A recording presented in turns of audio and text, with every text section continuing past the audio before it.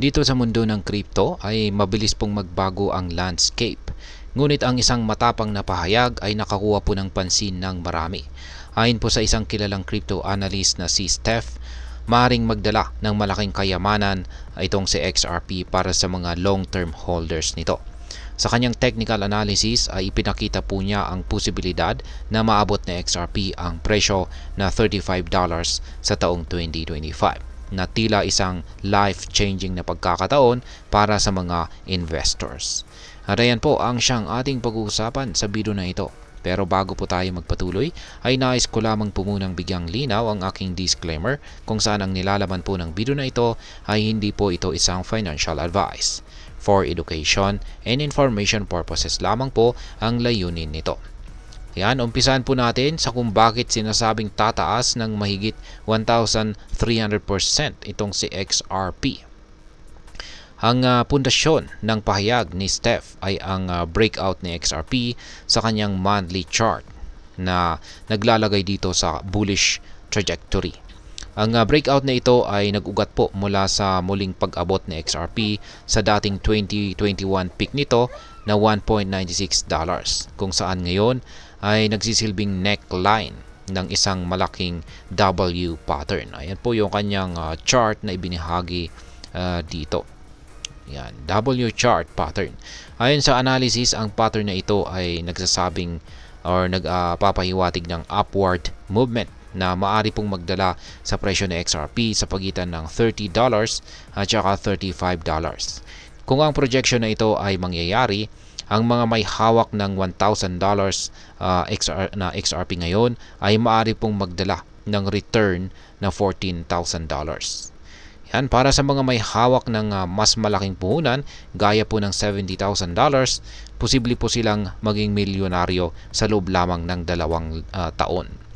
Ngunit, hindi lang puro pangarap ang sinabi ni Steph.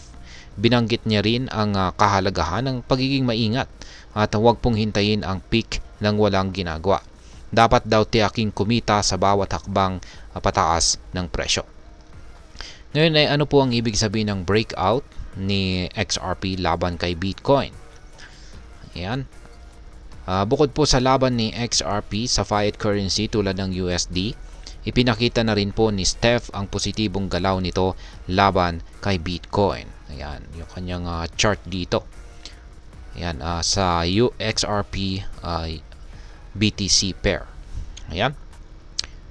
Matagal nang nasa downtrend itong si XRP laban kay Bitcoin mula pa noong taong 2018. Ngunit sa ngayon ay may sinyalis na bumabawi na ito.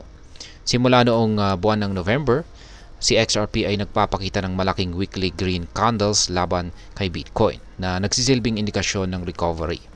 Ang mahalagang resistance na kailangan pong mabasag ay ang nasa makasaysayang level nito, price level po nito mula taong 2020.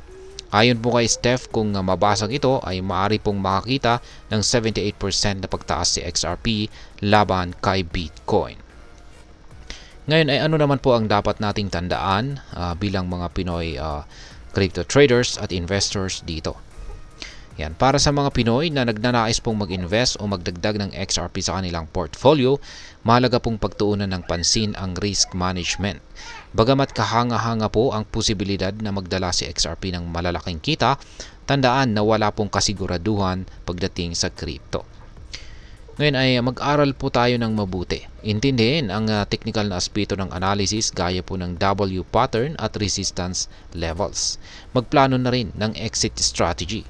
Huwag pong maghintay na maabot ang peak na $35 bago po magbenta. Ang pagkuha po or pag-take profit ng kita sa bawat antas ay bawat price level ng pag-angat ay isa po itong matalinong hakbang. At higit sa lahat ay ang mag-diversify or magpalawak po tayo ng ating portfolio. Kahit promising po sa XRP ay wag po nating ilagay ang lahat ng ating investment dito. Ngayon ay ano naman po ang maaaring maging epekto nito para sa atin bilang mga Pinoy crypto investor or trader. Ang ganito pong projection ay nagbibigay po ito ng inspirasyon sa mga Pilipino na gustong subukan ang crypto investments. Posibleng mag-angat ito ng awareness sa kapangyarihan ng maingat na pag-invest, pati na rin ang pagbuo ng mas malalim na kaalaman tungkol sa crypto market. Gayunpaman, ang mataas po na volatility ni XRP ay nangangahulugang dapat po tayong maging handa sa biglaang pagbabago ng presyo. Ngayon ay ano naman po ang aking masasabi tungkol dito? Sa XRP ay meron po itong potensyal, lalo na't malapit na ang iba't ibang update sa technology nito, tulad po ng DeFi integration. Ngunit ang crypto market ay nananatiling mataas ang panganib o risk. Ang pagiging maingat at maalam sa tamang diskarte ay ito po ang susi upang magtagumpay. Tandaan, kahit po gaano kaganda ang projection, mahalaga pa rin ang informed decision making.